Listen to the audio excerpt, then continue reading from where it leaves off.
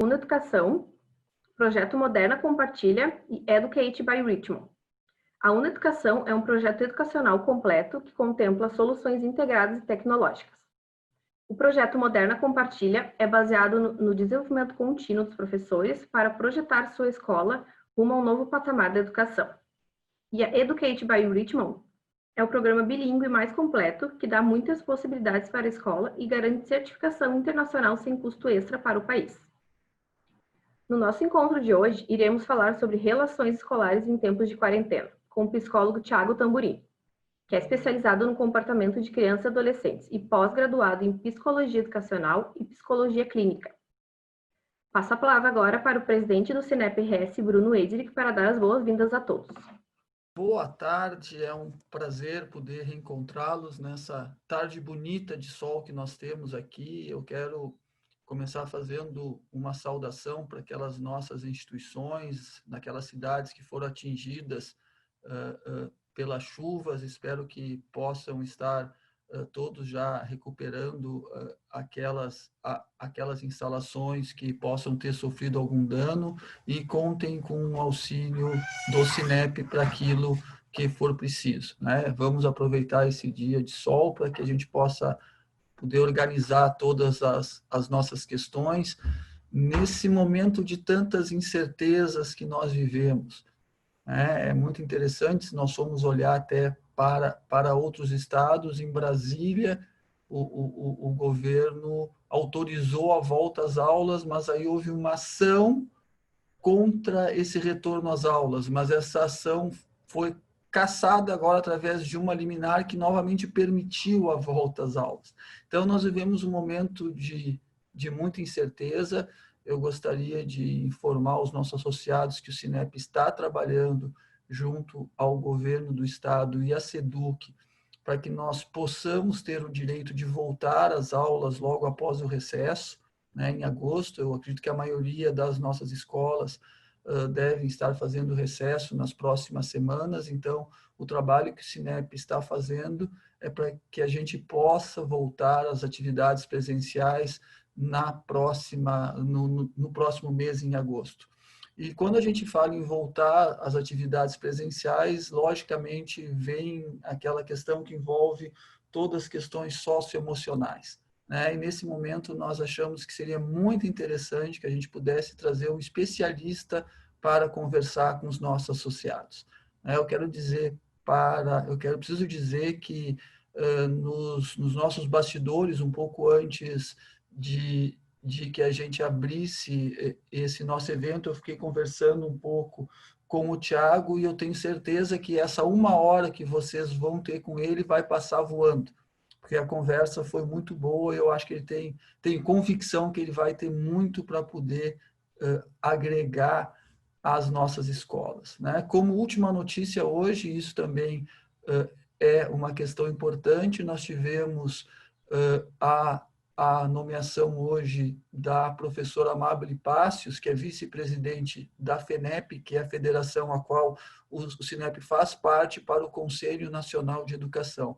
Então, isso é muito importante, que nós vamos ter mais um representante do ensino privado junto ao órgão máximo de ensino do nosso país. Então, essa é mais uma notícia boa de toda aquela articulação política que o Cinep faz para que a gente possa conseguir defender os direitos das nossas escolas.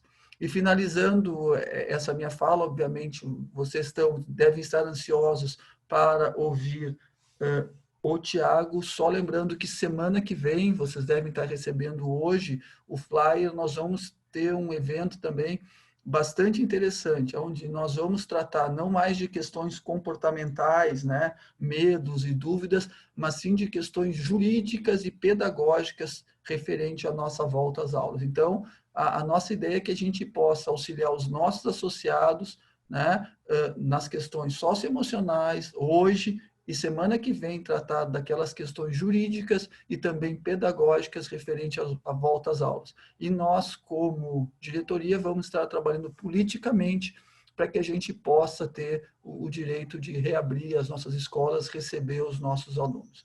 Então, eu quero desejar, eu vou ficar assistindo, assim como vocês, esse evento. Eu quero saudar a chegada do Thiago Tamburini, seja muito bem-vindo aqui ao Solo Gaúcho, né, nesses nossos eventos virtuais. E quando eu estava conversando com o Thiago, eu disse assim, Thiago, tu não estás aqui, né? Porque quando o Thiago me entra de manga, de camisa, eu disse, o cara não está aqui no nosso estado. Mas, Thiago, seja muito bem-vindo. Eu sei que tu vai ter uma plateia muito seleta e com vontade de aprender. Eu diria que toda vez que a gente fala sobre relações, né, a gente vai ter um público ávido e um público que quer poder atender o seu aluno, compreender a si mesmo da melhor maneira possível. Então, Thiago, muito obrigado por estar com a gente aqui nessa tarde. Eu desejo a todos um excelente evento. Obrigado de minha parte.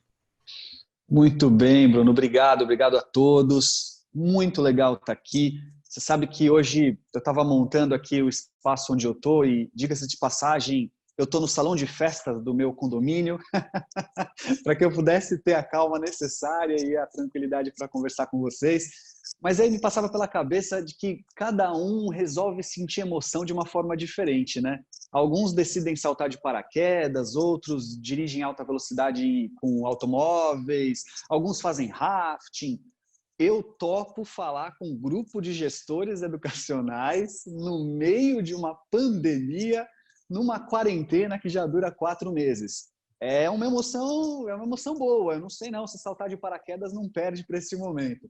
Mas eu espero de verdade estar aqui com vocês, trazendo algo que traga uma reflexão, pelo menos, para que esse movimento todo de retorno, de não retorno, de quando retorno, tenha de alguma forma aí um caminho bacana. Eu sou psicólogo e eu vou tomar um cuidado grande de, a todo momento, trazer aquilo que cabe à psicologia entender do que está acontecendo. As questões que envolvem a segurança física dos alunos, as questões que envolvem as questões legais dos alunos, vocês vão ter outros momentos para discutir. Mas como psicólogo, o que posso fazer é trazer um pouco daquilo que envolve as relações, a emoção diante delas, o que significa a insegurança diante de um possível retorno. Então, durante o nosso bate-papo aqui, eu vou tomar bastante cuidado para me posicionar diante daquilo que a psicologia pode falar. Mas, a bem da verdade, no início dessa história toda, dessa pandemia, eu sou palestrante, eu trabalho muito com palestras dentro de escolas e logo nas primeiras semanas eu recebi pedidos para fazer bate-papos como esse. E eu neguei. Durante as 4 primeiras semanas, talvez, eu fiquei receoso. E o que passava pela minha cabeça é que eu não sabia o caminho a seguir de uma fala e de uma troca. Eu precisava antes me entender como um pai que estava com um filho longe da escola, e que como pai, marido também, precisava entender o meu papel diante dessa família que agora estava toda dentro de casa, e que, portanto, antes eu precisava entender eu, Thiago, na quarentena, para depois me entender eu, Thiago, psicólogo, para depois poder trazer alguma coisa para quem me ouvia. Então, a fala que eu trago hoje para vocês é uma fala que foi construída num cuidado empático, daquele que diz, eu vivo daquilo que estou falando. A psicologia e os psicólogos têm um pouco de preservar sua própria intimidade, né? É comum você, às vezes, por anos, fazer terapia e não saber se o seu analista é casado, tem filhos ou coisas do gênero. Mas eu vou quebrar esse protocolo, porque eu acho impossível alguém que fala de depressão e está deprimido não se colocar nesse lugar. Alguém que fala de ansiedade e está ansioso não se colocar nesse lugar. Alguém que está com medo e fala sobre medo não se colocar nesse lugar. Logo, como é que eu poderia falar sobre a quarentena, as relações escolares, a volta às aulas, se eu vivo isso como pai, eu vivo isso como profissional e vivo isso, portanto, daquilo que falo? Eu dividi o nosso bate-papo em 3 momentos, considerando as perguntas ao final. Mas a minha fala especificamente em 2 momentos. Eu quero trazer um pouquinho para vocês do que eu entendo sobre o que é estar como família em quarentena. Então, os primeiros minutos eu queria colocar um pouquinho para vocês daquilo que você, agora que me ouve, vive como família. Porque você está aqui me ouvindo nessa posição de um profissional, alguém que tem ali diante das escolas um perfil de liderança, mas que também está de quarentena, que também vive uma relação familiar, que muitos provavelmente têm filhos. Então, eu queria trazer essa visão um pouco do olhar família, convivência dentro de casa, porque tudo que vem depois precisa ter essa visão. Então, por isso, essa divisão. E aí, num segundo momento, aí sim o que é especificamente daquilo que envolve as escolas diante do possível retorno, como esse retorno vai acontecer, o que isso significa e tudo que vem adiante. Mas é o seguinte, você sabe que a primeira coisa que veio na minha cabeça quando eu estava montando um bate-papo com as famílias, porque às vezes esse bate-papo é especificamente com as famílias, foi de uma palestra que eu tive na faculdade. Ainda na faculdade, aquela semana, né? Tem a semana da psicologia, semana da administração e tal. Nesse caso era a semana da psicologia, vários palestrantes, e nesse dia especificamente era um gestor de RH. Eu infelizmente não me lembro do nome dele para dar os créditos, mas ele deu ali uma palestra que eu nunca mais esqueci um determinado ponto. E eu queria trazer para vocês porque ela ficou muito presente para mim nos últimos tempos. Ele dizia o seguinte, ele falava, olha, vocês que são alunos precisam entender uma coisa. Na faculdade, na sua formação, você vai aprender o que é certo. Mas o quanto antes você aprender a transformar isso no que dá certo, você vai ter mais chances de sucesso. Aqui na faculdade você aprende o que é certo, no mercado de trabalho você tem que aprender o que dá certo. E cuidado, dizia ele, isso não quer dizer dar jeitinho. E aí ele deu um exemplo que eu queria trazer o exemplo para vocês aqui agora. O exemplo que ele trouxe foi o seguinte, imagine que na sua casa, você mora numa casa, telhado, e começou a cair uma goteira sobre a sua casa. Mas o pior, chovia pelo lustre. E de alguma forma você então ali diante dessa situação toda chama um técnico na sua casa e esse técnico chega lá, faz uma avaliação do telhado e diz, olha, o certo aqui é a gente trocar o telhado todo. Aí você vai olhar para o técnico e falar, mas espera, tá chovendo uma semana sem parar. Como é que a gente troca um telhado no meio da chuva? E pior, eu não tenho uma programação financeira para gastar na troca de um telhado. Como é que a gente faz? Existe alguma outra coisa que é possível ser feita? E talvez o técnico te diga, olha, você pode trocar 3 telhas ali do canto, que são as que estão quebradas, e com isso você vai ganhar tempo. É inteligente da sua parte perguntar para esse técnico se corre um risco do telhado cair sobre você, se você corre um risco de segurança. E se o técnico te disser, não é uma questão de segurança, o problema é que se eu trocar essas 3 telhas, na próxima chuva, na próxima época de chuva, é provável que outras 3 quebrem, e você me chame aqui de novo. Então, se você trocar o telhado todo, você vai evitar este problema. Mas trocando 3 telhas agora, a gente consegue resolver o seu problema. E aí pode ser que você vire para esse técnico e diga, olha, eu entendo que o certo é trocar tudo, mas agora, se dá certo trocar só 3 telhas, eu vou ter essa opção. Porque eu vou ganhar tempo para levantar dinheiro e poder ter um orçamento da troca até o próximo período de chuvas. Porque está chovendo muito agora, a gente não vai conseguir parar a chuva só para colocar o telhado. Então, faremos agora o que dá certo. Esse exemplo ficou muito forte para mim nos últimos tempos, porque nunca foi tão evidente o quanto uma família precisa entender a diferença entre o certo e o dar certo. A gente tem hoje uma visão toda muito importante, eu acho, e sou defensor fiel dela, o meu livro, inclusive, é bem no caminho do limite, enquanto aquilo que a família precisa trazer para o filho. Mas a verdade é que, em períodos de crise como que estamos vivendo, a gente precisa focar mais no que dá certo do que especificamente no que é certo. Para que a gente possa ganhar tempo, para que a gente possa ganhar fôlego e daí, num determinado momento, poder retomar aquilo que é certo e daí sim trocar todo o telhado. Eu gosto da ideia de vezes eu ouço Isamitiba, vezes eu ouço um Monja Coen, sabe como é? Tem horas que o seu filho sai em casa batendo porta, gritando com você e vem o Isamitiba falando, você vai deixar, Tiagão, sua filha tem 6 anos de idade, quem ama educa, Tiagão, se você não for lá agora e colocar limite nessa menina, com 16 anos de idade ela está em cima da sua cabeça montando em você. Você não vai deixar, Tiagão. E aí você fala, é mesmo? Que é isso? Saiu batendo porta, agora essa menina vai ver só. É hoje que ela descobre que não existe Papai Noel e Coelhinho da Páscoa também não existe. Eu vou lá agora acabar com a vida dela. Mas tem horas que vem a Monja Coen e fala, calma, será que é o momento? Será que você não está cansado demais? Será que as brigas agora não vão levar a mais estresse? Será que não é hora de você fazer vista grossa e tomar um banho e reconhecer que você tem limites? Calma, Tiagão. Talvez você tenha uma outra hora para lidar com essa situação. Ora o Isamitiba, ora a Monja Coen. E ter essa diferenciação dentro de casa é fundamental para que a gente possa tratar todos os tópicos que envolvem estar em casa de quarentena. O primeiro deles, convivência, traz conflitos.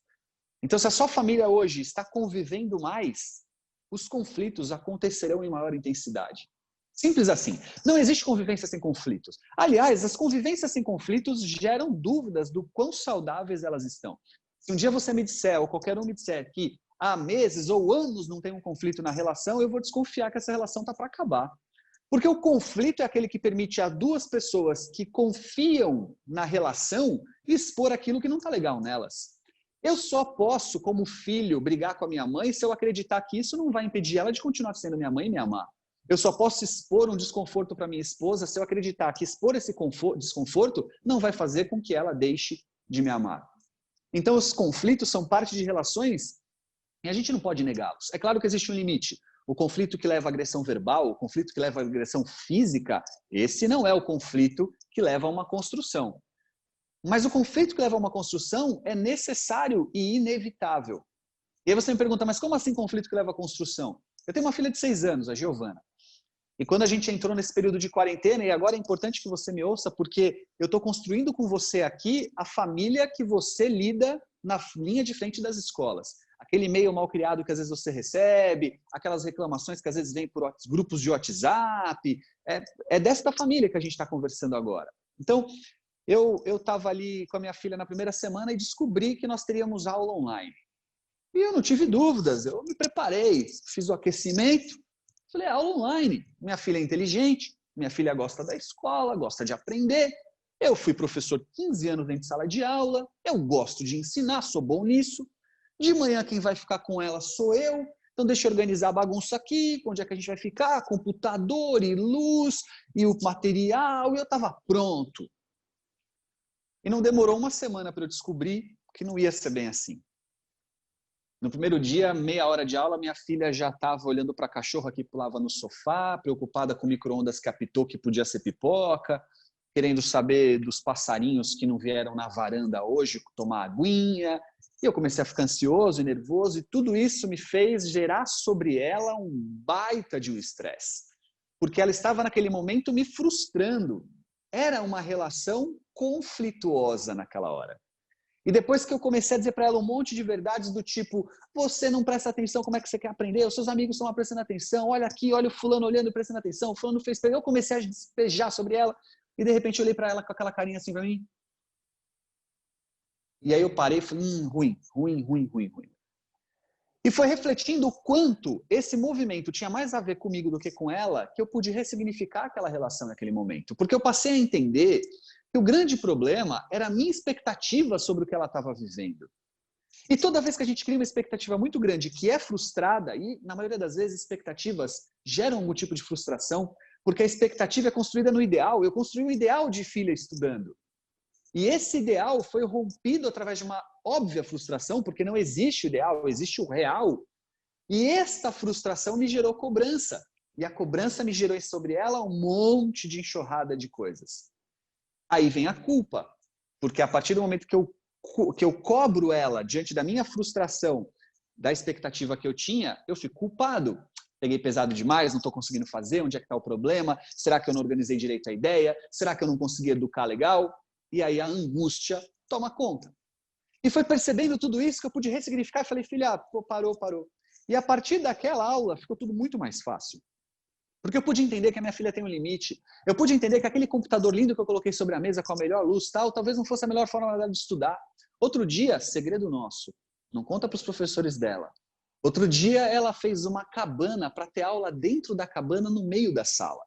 Era 9 horas da manhã e eu ouvi a minha filha trocando ideias com a professora dentro de uma cabana que ela construiu no meio da sala. Mas ela estava trocando ideia com a professora, ela estava prestando atenção, conectada. Esse era o jeito dela. E eu só pude perceber isso diante do conflito. Conflito constrói. Inevitável a gente olhar para ele. E, portanto, famílias que convivem mais terão mais conflitos. Que passamos, então, a olhar para eles como uma construção, olhando sempre para aquilo que diz sobre nós nesse conflito. Vocês como escola agora, quer ver um exemplo? Toda vez que alguém, uma família, um pai, uma mãe, faz contato com vocês de uma maneira muito conflituosa, gerando um atrito, a primeira pergunta que você deve se fazer é, qual é o meu papel nisso? Onde foi que eu perdi o time com essa família? Porque vai existir o seu papel, ainda que eles estejam errados, ainda que eles não estejam no melhor caminho, ainda que eles possam estar sendo mal educados, nós que recebemos essa dinâmica, temos uma responsabilidade sobre isso. E aí sim você tem uma chance de ressignificar a relação com essa família. Fácil, não é, mas é um caminho, já que o conflito será inevitável. Mas não é só isso que é inevitável não, né? A gente tem a inevitável e importante situação de conhecer melhor quando convivemos mais, não é? É tão fácil entender isso, a gente sabe disso, eu só estou relembrando. Pensa você quando entra num relacionamento novo, ou quando conheceu seu marido, ou aquele relacionamento que não deu certo no passado. Não acontece? Fala se não acontece. Sabe aquele cara, vocês, mulheres que me ouvem agora, aquele cara bacana que um dia você conheceu, que te levou para um primeiro jantar, e abriu a porta do carro para você, ele estava com um perfume impecável, ele tinha um vocabulário, ele falou dos últimos livros que ele leu, ele era bem-humorado. Olha, você chegou em casa falando, pô, encontrei, graças a Deus ele existe. E aí você começou a conviver mais e começou a conhecer melhor.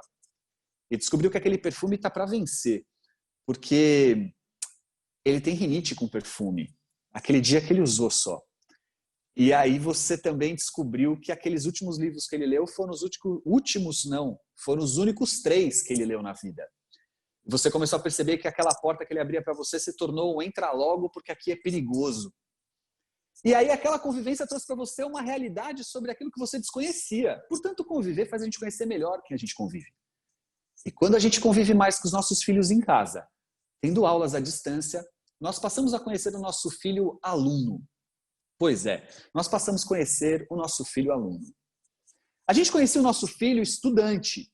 O filho estudante é aquele que faz uma lição de casa, que faz um trabalho com um grupo de amigos, que estuda para uma prova, mas o filho aluno, ele estava lá na escola. Era aquele filho que os professores chamam para uma reunião na escola e falam, olha, o seu filho aqui faz isso, isso, isso. E o pai falava, meu filho? Mas em casa ele não faz isso. Ah, não faz mesmo, em casa ele é filho, ele não é aluno. Ele faz isso na escola. E agora os pais conhecem o filho aluno. Isso gera ansiedade, gera angústia, é natural. Sabe por quê? Porque não deveriam conhecer. Deixa eu te falar uma coisa, tem coisas que a gente não deve conhecer sobre o outro. Um bom exemplo é filho compartilhando o quarto dos pais num momento de intimidade. Quando a porta dos pais está fechada, filho não pode estar lá dentro, porque o que está acontecendo lá dentro, e muitas vezes, não é para ele compartilhar. E se ele compartilhar, vai desorganizar, vai gerar medo, angústia, ansiedade. Tem lugares, tem situações, tem ambientes que pai não deveria compartilhar da intimidade, da relação do filho. Isso inclui sala de aula. Olha, lá na década de 90, mais ou menos, 90, 2000, viralizou câmera em sala de aula com Wi-Fi. Hoje tem nos berçários, mas naquela época, vocês devem lembrar, tinha várias escolas colocando câmera para os pais acompanharem os filhos em sala de aula. Mas não durou um ano. O pai ligava para a escola dizendo assim, meu filho, acabaram de pegar a borracha do meu filho e jogar pela janela e o professor não viu. Lá, fulano mexeu no estojo do meu filho e ninguém falou nada. O meu filho está brigando com um colega. Porque pai não deveria compartilhar do filho aluno. E quando isso acontece, dá ruim, como diriam os próprios alunos. Então hoje vocês estão encontrando famílias, se é que você não é uma delas, que sofrem com o fato de olhar para o filho e reconhecer aquilo que eles não gostariam. Porque aquele ideal que eu falei para vocês, ele é construído o tempo inteiro, desde que o filho nasce. Quando a gente tem um bebê ali no berço, aliás, quando ele está na barriga, a gente já tem uma idealização sobre quem vai ser. A gente já começa a imaginar que a felicidade vem através de pontos que nós construímos, que a vida de realização vem através de pontos que nós enxergamos. E aí a gente idealiza filho, obviamente filho aluno. A gente resgata um pouco do que era nosso, faz ali um apanhado de coisas que a gente achava que em nós não funcionou, que funcionou, erros que cometemos, acertos que cometemos e projetamos no filho aquilo que ele tem que ser. Mas nunca vai bater, ou raramente vai bater com esse filho aluno em casa. Então as famílias estão muito ansiosas e angustiadas porque elas estão automaticamente se perdendo diante do conhecimento de quem é o filho aluno. Quando eu estou falando especificamente com as famílias, eu cito os 3 alunos que vocês conhecem bem, né? São 3 grupos de alunos, né, gente? Você tem o aluno, ele é mais raro, mas aquele que é organizado por natureza, dedicado, tem as coisas dele e tal. Sabe aquele aluno que vai? Que nesse momento também não está fácil não, porque ele está mais ansioso, está com medo de não dar conta, fica bravo quando não consegue colocar um resultado no portal, uma atividade no portal, está com medo do vestibular, eles estão sofrendo de ansiedade também, essa moçada. Mas eles existem e são minoria. Aí você tem um grupo do meio, a maioria, aqueles que estão de um empurrãozinho, uma cobrança aqui, deixa eu ver seu caderno. Ó, não vai esquecer. E você tem o terceiro grupo, os que acham que estão de férias. Mas que na sala de aula eles já estavam assim. Aquele grupo do aluno que dorme e o professor tem que acordar, que adora ficar no celular escondido e matando aula, que só faz prova colando. É o terceiro grupo. Agora os pais estão lidando com cada um desses grupos. E tem pais que têm 3 em casa. Às vezes os pais que têm 3 filhos em casa têm 3, cada um de um grupo. Eles estão surtando. É natural que isso aconteça. Tudo bem. Para não me estender demais nesse lugar família, qual é o caminho muitas vezes para lidar com esse filho aluno? Dar autonomia, trazer consequências e ressignificar regras. Dar autonomia, trazer consequências e ressignificar regras. É a nossa grande oportunidade, gente. Se você tem filhos em casa agora, saiba que a grande oportunidade de trazer autonomia para os filhos diante dos estudos. Veja a minha filha. A minha filha não pode não fazer aula nos momentos que ela tem que estar lá. Sou eu quem decido isso, filha, horário de aula. Ainda que seja eu que decida, olha, tá bom, vai, hoje vamos matar essa porque você está cansada, não dormiu bem. Tá bom, mas sou eu quem decido. Agora, como ela fará essa aula, ela tem autonomia para isso já. E se for dentro da cabana, mas prestando atenção, sem atrapalhar os outros colegas, e entrando numa dinâmica de aprendizagem, por que não? Então, dar autonomia é a condição de entender que existem caminhos que são do nosso filho. 2, trazer consequências. Caso ela, dentro da cabana, não consiga prestar atenção, tome bronca da professora ou não faça atividade, a consequência é que ela perca a cabana e não possa mais assistir aula lá dentro. Assim como um filho que, por exemplo, não leva a toalha molhada para lavar porque agora não tem funcionário que pega no banheiro. Se o filho não levar, ele fica com a toalha fedida. Simples assim. Se ele não levar a cueca para o cesto de roupa suja, ele fica sem cueca para vestir. A autonomia tem que trazer consequência. Boas e ruins. Competência sobre a autonomia, boas consequências. Incompetência sobre a autonomia, consequências ruins. E por último, eu fico aqui às vezes, né, pensando com vocês, estou aqui falando um monte, tal, vocês estão me ouvindo do outro lado, eu não consigo ver o rosto de vocês, tal. Eu fico imaginando os professores, né? Queria dar parabéns para vocês, viu, gente? Porque olha, eu vou falar uma coisa, não é fácil. Outro dia postei no Instagram. No Instagram eu falei assim, professores eram professores de teatro. De repente, eles passaram a ser professores de cinema, né? Atores de cinema. Porque o ator de teatro tem plateia, vê, se é para dar risada, ele ouve a risada, se é para refletir, ele vê a reflexão. De repente, virou uma câmera. Então, eu queria dizer para vocês, parabéns, porque, olha, estar na linha de frente da educação online não é fácil, não é fácil. Mas, muito bem. Vamos agora caminhar um pouco mais para essa condição de escolas recebendo ou não e o que significa voltar às aulas, já que é esse o caminho da nossa conversa aqui, conhecendo essa dinâmica que agora eu trouxe para vocês como família. Tinha mais um monte de coisa para falar, mas não é esse exatamente o nosso foco. Vou para a segunda parte da conversa. Muito bem. Esqueci do terceiro foco, que é a ressignificação de regras, né? Perdão. Então, vamos lá. Dar autonomia, consequência e ressignificar regras. Tudo bem, talvez flexibilizar um pouquinho mais de tempo de videogame, talvez dormir um pouquinho mais tarde, a soneca da tarde talvez agora aconteça, ficar mais tempo com os amigos em FaceTime, tudo bem, e colocar novas regras, ajudar na dinâmica da casa, passar um pano no chão, limpar o banheiro, lavar uma louça, tirar, aí cada um na sua idade, né? Então eu dizia para vocês que para ajudar nessa situação, filhos que agora eu conheço na dinâmica aluno, a gente vai ter que dar autonomia, trazer consequências e ressignificar regras. Trazendo agora, então, para essa realidade escola, a primeira coisa que a gente tem que pensar é que aquela dinâmica que eu coloquei para vocês de idealização, que traz para mim, então, uma expectativa, que gera frustração, porque o ideal é só na ideia, que gera cobrança, que gera culpa e que traz angústia, é exatamente o que os professores podem estar vivendo agora, que vocês, como escola, podem viver já e que as famílias viverão neste momento. Por quê? Porque quando tudo isso aconteceu, ao longo de todo esse período, nós começamos a ter uma série de expectativas sobre o retorno. A gente começou a idealizar um retorno, uma visão. Só que esse retorno provavelmente não será como imaginávamos. Vai gerar frustração. E quando gerar frustração, certamente vai gerar cobrança. E é a hora que a gente vai ter que receber, e já muitas vezes está recebendo, aquele impacto de quem fala isso, fala aquilo, acha isso, acha aquilo e tal. Logo virá culpa. Será? Mas é o melhor caminho? Caramba, mas o que eu devo fazer então? Então eu errei? Será que a decisão da escola não foi a melhor? A gente começa a se culpar. e aí vai entrar no processo de angústia. Então é importante que a gente entenda tudo isso, porque a família está vivendo isso e ela vai carregar isso para dentro da escola.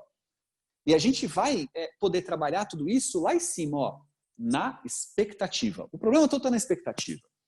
Muitas vezes um relacionamento não dá certo entre um casal porque a gente coloca uma expectativa errada sobre o outro. A gente projeta sobre o outro o nosso ideal sobre aquele que ele é.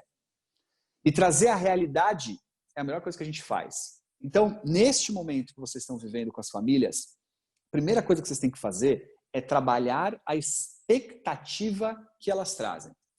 Eu sei que isso é muito difícil porque, diante de muitas incertezas, como trabalhar essa expectativa, né? O que dizer, o que não dizer. Mas vocês vão achar caminhos, vocês têm competências para isso. E os caminhos sempre precisam convergir para ter muita clareza no que se fala, trabalhando a expectativa. Porque você vai diminuir todo esse ciclo diante dos pais, das famílias que te ouvem.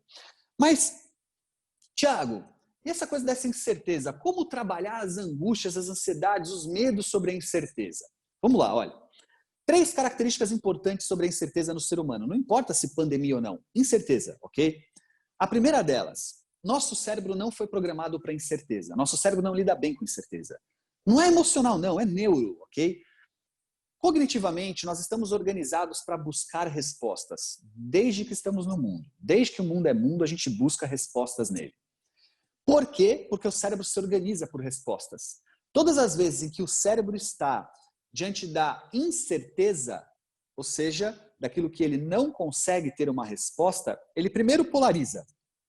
É o que explica polaridades hoje, tá? Você já notou como as pessoas estão polarizadas? Você tem os pessimistas, porque eles estão de uma resposta. Todo mundo precisa de uma resposta. Então eu posso ter a resposta pessimista. Tipo, tá tudo acabado, nós vamos morrer todo mundo, isso aqui é uma desgraça. Ou o pessimismo sobre a política, né? É mentira o que estão dizendo, isso é uma invenção política e tudo mais, ou seja, o pessimismo. Ou o otimismo meio poliana. Você já notou também que existe aquela polaridade que a gente fala assim, não, gente, tá tudo bem, é isso aí, é só uma gripe, não, eu tô preparado, a gente vai passar por isso e vai ficar tudo bem. Por que a gente faz isso? Porque o meio termo da incerteza, o nosso cérebro não lida legal e ele vai tender a um lado ou outro. E toda vez que ele está nessa incerteza, ele vai gerar no indivíduo 3 emoções básicas: medo, angústia e insegurança. Segurança versus ansiedade. Não tem jeito. Medo, angústia, insegurança com ansiedade. É assim. E aí, o primeiro caminho que uma escola deve ter, que um gestor educacional, que um professor deve ter diante das famílias é saber disso. Primeiro, para ele mesmo. Segundo, para a família. Porque a nossa tendência é querer negar isso. A nossa tendência é falar, não, tá tudo bem, calma, não. Olha, tem um leão aí na sua frente, ele tá com fome, ele tá olhando para você, ele tá vindo na sua direção, mas calma que não vai acontecer nada. Tem um leão. Você entendeu que tem um leão? Como é que você não quer que diante do meu medo do que este leão pode fazer comigo, da incerteza sobre o que eu vou fazer diante desse leão, que eu não fique angustiado, com medo, inseguro e ansioso? O melhor que você tem a fazer é falar assim, ó, calma, tô aqui com você. Leão, perigo, pode te matar. Se a gente não tomar as melhores estratégias, você morre hoje diante desse leão. Tô te entendendo, eu tô com você. Dá medo mesmo, mas então é o seguinte, eu fui domador de leão durante anos, eu sei caçar, a gente tem aqui uma saída aqui por trás que ele não vai conseguir entrar, vamos colocar essa cadeira aqui na frente. Ou seja, eu acolho a sua angústia e aí trabalho com ela diante daquilo que eu posso fazer junto com você. Como quem traz um processo empático mesmo. Não tente negar as angústias suas e dessas famílias. Não tente trazer um movimento de tipo, tá tudo bem, tá tudo ótimo. Não, a ideia é, diante do problema, a angústia que você está vivendo é inevitável, nós também a vivemos e, portanto, vamos juntos nessa. Eu tenho uma passagem com a minha filha na escola dela, dizia para vocês, né, não dá para falar sem me colocar, porque eu estou vivendo a pandemia também, então vou me colocar como pai de novo. Quando ela tinha 3 aninhos de idade, num cursinho de férias da escola, era a primeira vez que ela ia sair com a escola de excursão para ir no cinema. Primeira vez que ela ia com a escola sozinha. E eu me lembro que levando ela para a escola ali de mão dada, pensando, meu Deus do céu, 3 anos, minha filha sozinha, cinema, shopping. não vou deixar, é muito cedo. Mas aí eu pensava, não, mas eu sempre trabalhei a ideia de que criança tem que ter autonomia, de que tem que viver essas experiências. Deus me livre elas ser aquelas crianças que não querem dormir na casa do amigo porque tem medo. Não, vou deixar. Cheguei na escola, de frente da escola estava a diretora, o ônibus, as crianças já estavam em fila. Eu não tive dúvidas, virei para a diretora, Cecília, o nome dela, hoje aposentada, não está mais lá na escola. Eu virei e falei assim, ô Cecília, vem cá, você me garante que nada vai acontecer com a Giovana? Ela falou, não. Eu falei, oi? Ela falou, nem você garante, Thiago? Você me garante que se você levar sua filha no shopping, no cinema agora, nada vai acontecer? Impossível você me garantir. Eu falei, mas Cecília, ela falou, mas deixa eu te falar uma coisa, Thiago. Você está vendo o ônibus? Então, você está vendo que ele é de última geração, com todos os aparatos de segurança? Você quer entrar para ver que todas as crianças vão ficar de cinto de segurança? Aliás, o motorista trabalha para nós já faz 20 anos, a gente gosta muito dele, viu? Ah, outra coisa, Thiago, as crianças, você viu que elas estão todas de colete fluorescente? Pois é, aliás, olha, um professor para cada 2 crianças, viu? Ah, Thiago, deixa eu te falar uma outra coisa, faz 30 anos que a gente faz isso, eu nunca perdi uma criança, nunca aconteceu nada. Isso eu posso te dizer, serve? Agora, te garantir que nada vai acontecer? Confiei mais nela. Confiei mais nela. Porque ela foi empática ao meu sofrimento, dizendo, olha, você tem razão, tem um leão aí, mas você está com o melhor caçador que você podia ter diante de um leão. Olha, diante de um leão, se tem alguém que você queria estar, é eu do lado. Você entende? Então é muito importante saber que insegurança gera esse ciclo todo e que você precisa estar nesse movimento. Mas insegurança também gera um segundo movimento. A incerteza, diante da busca por respostas, para não ser polarizada, precisa trazer algumas certezas que são viáveis. Eu explico. Já que a gente tem muita incerteza, quais são as certezas que temos? E focar nela. Olha, a gente não tem muita certeza de quando volta. É eliminar daqui, eliminar dali, volta de um jeito, volta do outro. Tá? A gente tem ideia, a gente tem uma perspectiva. Mas a gente tem certeza que mais cedo ou mais tarde volta. Nem que seja ano que vem, mas volta. A gente não tem muita certeza sobre as questões de contaminação, como vai ser, e quando uma criança ficar contaminada, vamos criar estratégias, as escolas estão se posicionando com isso e tal. Mas a gente tem certeza que a gente vai se preparar para isso. Então, diante de um monte de incertezas que eu poderia listar, por que a gente não foca nas certezas? E faz isso com as famílias, ok? Começando pela escola.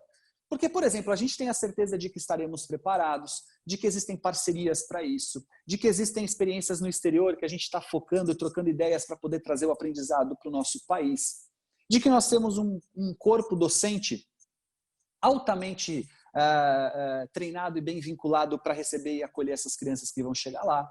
Ou seja, a gente busca certezas que temos para lidar com as incertezas que também são presentes. Mas, para que eu não fique na incerteza e polarizando, eu foco na certeza que tenho. O tempo todo, é um exercício cognitivo, tá? É um exercício cognitivo. Eu falo isso para os alunos, quando eu dou a live para os alunos, principalmente alunos do ensino médio, que estão nessa história do vestibular, tá? Eu falo assim, olha, você pode não ter certeza quando vai acontecer o vestibular, que dia vai ser o Enem, quando volta à escola, você pode não ter essas certezas, mas você tem a certeza de que quando o vestibular acontecer, ele é competitivo. De que uma hora ele acontece. De que quem entra nele se preparou. E de que se preparar significa ter organização de estudos, foco, determinação. Então foca nas certezas. Entende o que eu quero dizer? E a terceira questão sobre as incertezas é que uma das melhores maneiras que a gente tem para lidar com a angústia que a incerteza traz é focar em se preparar para aquilo que a gente teme. Vamos lá, eu estou morrendo de medo que um leão entre aqui. Estou desconfiado que esse leão vai entrar. Então eu me preparo para isso. E não fico só na insegurança, no medo e na angústia. Eu começo então a fazer treinamento de caça, eu começo a aprender a atirar com espingarda, com dados tranquilizantes, eu estudo o comportamento dos leões e enquanto eu estou fazendo isso, eu me tranquilizo. Esse é um recado bacana para vocês. Enquanto vocês estão se preparando para o retorno, vocês estão se sentindo melhor. Enquanto vocês estão assistindo palestras, enquanto vocês estão fazendo lives, enquanto vocês estão lendo livros, enquanto vocês estão ouvindo o mundo dizer quais são as experiências positivas, enquanto vocês estão fazendo parcerias com institutos de saúde, enquanto vocês estão ouvindo médicos, enquanto vocês estão fazendo isso, vocês têm a angústia diminuída. E não será diferente com as famílias. Daqui a pouco eu vou falar especificamente de estratégia com elas. Mas essa tríade sobre as inseguranças é fundamental. Entender, primeiro, que cérebro busca as respostas e quando eles não a têm, ele entra na angústia, na insegurança, na ansiedade, no medo e assim por diante. E que, portanto, para a gente não polarizar diante disso, a gente foca nas certezas que temos. E focado nas certezas que temos, a gente se prepara para as incertezas e para o medo da incerteza. Porque enquanto estamos nos preparando, tem uma tendência de diminuir a angústia. Perceba que em nenhum momento eu disse acabar com a angústia, acabar com o medo, acabar com a ansiedade. Impossível. Impossível. Um paraquedista que está no 1000º salto, um paraquedista profissional, aquele paraquedista que top, ele mesmo dobra o paraquedas dele, você sabia? E se ele tiver um dobrador, ele tem um dobrador oficial, é só naquele que ele confia. Sabe por quê? Porque ele sabe que o paraquedas pode não abrir. O dia que ele dormir com a certeza que paraquedas abre de qualquer jeito, talvez ele não dobre o paraquedas tão bem. Para ele dobrar o paraquedas com cuidado, com atenção, ele precisa ter claro que paraquedas pode não abrir. Isso vai gerar ansiedade, isso vai gerar frio na barriga. E é importante para o trabalho dele, de paraquedista. Então, não queiram acabar com a ansiedade, com medo, com a angústia. Não é o caso, não. É importante que as famílias estejam, sim, preocupadas para que elas tomem as melhores estratégias quando enviarem o filho para a escola. É importante que os professores estejam, sim, preocupados para que eles tomem as melhores estratégias dentro da escola. É importante que os alunos estejam preocupados para que eles possam tomar as medidas que ali foram exigidas deles. Mas o nível disso pode ser reduzido a um nível satisfatório que o ser humano consiga lidar sem que esse sofrimento seja exagerado. Se a gente focar especificamente agora nesses alunos entrando dentro da escola, é muito importante que a gente acolha algumas situações. E uma delas, que eu não sei se vocês já pensaram, mas imagino que sim, é a seguinte: diferentes perfis de conhecimento dos alunos sobre o que está acontecendo. A minha filha tem a certeza que existe uma gripe muito forte, que ela não pode sair de casa nem os vovôs e assim por diante, porque é uma gripe tão chata, dá febre, dá dor de cabeça, dor de garganta, dor de ouvido, e gripe forte é chato. Tem que tomar remédio. Então, para não pegar essa gripe forte, está todo mundo quietinho em casa. É isso que ela sabe, ponto. Mas é provável que um amiguinho dela, porque tem um irmão mais velho, porque a família não tomou cuidado, porque deixou a televisão ligada no Datena o dia inteiro e aquele inferno de comunicação que está todo mundo morrendo e foto de covas sendo feitas e tudo mais, pode ser que tenha uma criança que tenha certeza absoluta que vai todo mundo morrer. E o conflito entre essas duas crianças vai gerar um certo burburinho. E aí eu estou citando só um exemplo entre milhares, que vai dizer para vocês, escolas, que entre o preparo que vocês estão fazendo é necessário preparar trabalhos e dinâmicas de grupo para lidar com o emocional e a angústia dessas crianças. Isso significa trazer para eles a realidade do que está acontecendo, sem, obviamente, mentir, mas filtrando informações e sempre no caminho do quanto preparado vocês estão para lidar com isso. Volto a dizer, eles têm que entender que existe um leão no pátio, mas que se tem uma pessoa que eles queriam que estivesse do lado dele, quando existe um leão perto, é vocês. Essa é a ideia, porque isso ajuda muito a trabalhar a angústia. Muito bem. Vamos... Eu tô com uma colinha aqui, tá, gente? Por isso que de vez em quando eu dou uma olhada. Vamos agora para um lugar bem específico de ações para daí a gente abrir para perguntas, tá? Então, primeira coisa, ó. Eu sou psicólogo, trabalhei durante anos dentro de sala de aula, tanto em universidade quanto em escolas. Eu trabalhava com projeto de vida, ajudando na escolha profissional, mercado de trabalho, aquela história toda. Gostava muito. Mas eu vou falar como psicólogo, ok? Então, você tem que adequar aquilo que eu vou dizer para aquilo que é da realidade da sua instituição. Mas eu juro para vocês que eu confio muito no que eu vou falar, mas eu confio com força. E sabe por quê? Porque eu tenho uma coisa que vocês não têm. Tem um trunfo na mão, uma carta na manga. Eu sou pai e, portanto, às vezes estou na posição da família que leva o filho para a escola. Mas eu sou psicólogo que ouve o pai lá no meu consultório falando das escolas. Eu ouço as famílias, porque eu atendo muitas famílias no meu consultório, falando sobre a relação delas com a escola. Eu também estou dentro de escola. Durante 15 anos eu estive nesse lugar. E eu via as famílias falando comigo escola. E eu atendo os alunos que estão ali comigo no consultório falando da escola. Ou seja, eu jogo numa numa condição de várias posições no campo. Portanto, eu conheço a dinâmica do que acontece. Por isso, eu digo que confio muito no que eu vou dizer para vocês agora. E a primeira coisa que eu vou dizer para vocês é o seguinte: aposte muito na afetividade. Mas muito. Afetividade. Quando eu falo afetividade, é aquelas coisas que a gente vê na internet, assim, professor botando cartaz, vários professores colocam cartaz no peito e montam uma frase.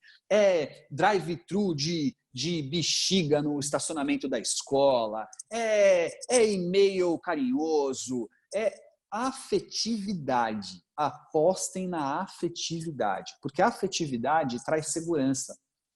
O nosso cérebro se adaptou à ideia de que toda vez que eu estou afetivamente ligado a alguém, eu estou seguro. Então, toda vez que a escola é afetiva com as suas famílias, ela traz uma relação de segurança com elas. Essa coisa assim de e-mail, de tipo, falo pouco que é para não gerar ansiedade, para falar comigo só por e-mail, ou eu vou mandar uma comunicação primeiro. Não, traga afetividade. Você vai dar a notícia do retorno? Monte uma forma de dar essa notícia que traga o lúdico, que traga que encante, que não sei, você vai ter que fazer isso. Eu não sou escola agora. Mas acredite, lide e traga afetividade nas relações escolares. Se você já faz isso nessa escola, ótimo. Se não faz, pensa com carinho no que eu estou dizendo. Se você quer pais mais seguros e mais bem vinculados, ligue-se afetivamente a eles. Depois disso, foque e trabalhe a comunicação. Olha, top 1 das reclamações quando um pai reclama da escola é comunicação. Se um pai agora pega um pai na rua e fala assim: pai, vem cá. Você tem uma reclamação para fazer da escola? Se o pai tiver só uma, vai ser comunicação. Se ele tiver outras, ele vai falar da comunicação primeiro, depois da ref. Olha, é impressionante. Então, você, escola, saiba que quando um pai reclama, ele adora reclamar da comunicação. Então, cuide dessa comunicação. Cuide de ser claro, objetivo, mas trazer detalhes. Eu vou de novo dar um exemplo pessoal. A escola da minha filha decidiu antecipar as férias. Então, nós já tivemos férias, agora julho não tem. Ela dividiu em 2 metades. Então, a gente vai ter uma outra parte lá em setembro, não sei exatamente. Quando eles mandaram o e-mail, eles mandaram assim: olha, mediante a situação, decidimos antecipar 15 dias de férias para o dia tal, contamos com a colaboração de todos. Vocês não estão entendendo. Era pai louco para todo lado, era gente falando tal. Aí eles sabem que eu trabalho com escola, já trabalhei lá. Aí me mandava no meu WhatsApp, no meu Facebook, no meu Instagram. O Instagram, então, nossa senhora, o que tinha de direct no Instagram, porque era o jeito fácil de me encontrar, né? Porque nem todos os pais da escola têm meu telefone. Então, Thiago, você viu isso? O que você acha disso e tal? Aí eu comecei a acalmar os pais. E era tão fácil acalmá-los. Eu comecei a explicar o porquê, que no e-mail eu não dizia. E aí eu não tive dúvidas, mandei um e-mail para o diretor da escola, que agora é um diretor, e aí ele falou, e aí eles mandaram um novo e-mail, com outras características de explicação, e aí esta comunicação funcionou muito melhor. Então, atenção, cuide da comunicação diante de tudo que a gente está vivendo. Se você já cuida, ótimo, parabéns. Mas olhe para ela. Transparência. Muita transparência. Muita mesmo. E transparência, gente, é o que uma vez eu ouvi de um médico que ia me operar e que eu perguntei para ele assim, eu falei assim, doutor, tipo, posso ficar tranquilo que, né, volta normal. Ele falou, não sei. Falei, não sabe? Ele falou, Thiago, não sei, o que você tem é muito sério e pode dar ruim. Nossa, dá aquele frio na barriga, aquele medo desgraçado e tal, mas você se prepara pelo menos para isso. Eu não estou dizendo que você tem que virar para as famílias e falar assim, olha, seu filho pode pegar corona e ó, nossa, sorte nossa, hein? Não é isso. Mas transparência é deixar claro para a escola quando você não sabe, não tem certeza do que vai ser feito ainda e do que você já tem certeza e como é que isso vai ser feito. Deixar claro aquilo que você, como escola, está fazendo através de mostra vídeo dos professores fazendo o que a gente está fazendo aqui agora, tira foto, mostra a reunião com aquele corpo docente de médicos daquela instituição de saúde treinando os professores. Mostra aquele aparelho novo que você comprou de higienização e desinfecção das cadeiras através de raio ultravioleta. Fala que é um equipamento de última geração, se ele for. Ou seja, transparência. Mostra as coisas chegando lá na escola. Eu quero ver a escola da minha filha mostrando os equipamentos que eles estão programando para poder minha filha estar bem lá dentro. Transparência, faça isso. É fundamental para uma boa relação com as famílias. Trabalhe com os alunos, o que eu estava dizendo aqui. Então, muito importante vocês receberem esses alunos com acolhimento de grupo, com aquele que diz assim, olha, vem cá porque a gente precisa conversar, a gente precisa entender como é que está a sua cabeça, eu preciso explicar por que a gente decidiu voltar, por que a gente voltou desse jeito. Tá? Uma boa notícia, tem muitas escolas preocupadas com como é que vai ser a adaptação, e o nosso cérebro, principalmente da criança e do adolescente, é altamente adaptativo. A gente não está ouvindo falar do novo normal? O que é um novo normal? É a aceitação de novas condições de regras que a gente já passou. Olha, quando a gente ouviu pela primeira vez que lá na Itália morreram 600 pessoas, a gente entrou numa angústia que a gente queria se jogar pela janela. Está morrendo no Brasil todo dia 1.200 e a gente não está na mesma angústia. Por quê? Porque somos todos carnificinas e a gente quer que todo mundo morra? Não. Nosso cérebro se adapta para algumas coisas, infelizmente. Essa é uma delas. Eu não queria estar com o meu cérebro adaptado a isso, não. Mas a verdade é que os alunos, quando retornarem, no primeiro momento vai gerar um impacto, máscara sem máscara, distanciamento, não distanciamento, isso vai gerar medo, ansiedade, angústia, mas rapidamente eles vão se adaptar a essa nova realidade. Pode confiar em mim, me cobra depois, vai ficar gravado a live aqui. E por último, não menos importante, trabalhe com a cabeça dos professores. Muito. Esses dias eu postei lá no meu Instagram um vídeo para professores e viralizou, um monte de gente ligando, mandando mensagem e tal. E sabe o que eu dizia no vídeo? Para mim, o que é mais óbvio, eu disse o seguinte, essa angústia que às vezes o professor recebe na linha de frente, sabe?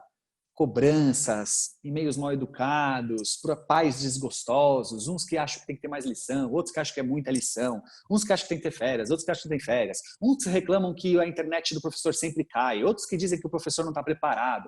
Toda essa energia não era para professor. Essa energia, eles foram meio vítima de balas perdidas, sabe? Professor hoje é vítima de bala perdida, não era para eles isso, é que eles estão na linha de frente. Essa energia era para os líderes políticos do nosso país que não se entendem diante de uma gestão. Essa energia era para os líderes mundiais que não deram conta da natureza, não respeitaram a natureza e não seguiram as regras que a natureza impõe. Essa energia era direcionada para quem faz a gente acreditar que se o filho não estiver na melhor faculdade do país, ele está perdido e não vai ser feliz. Claro que é importante estar na melhor faculdade do país, mas não é o único caminho para ser feliz. E a gente fica nessa ansiedade que, meu Deus, se a escola não trazer agora lição 24 horas por dia para o meu filho vai ficar defasado na vida e não vai ser feliz.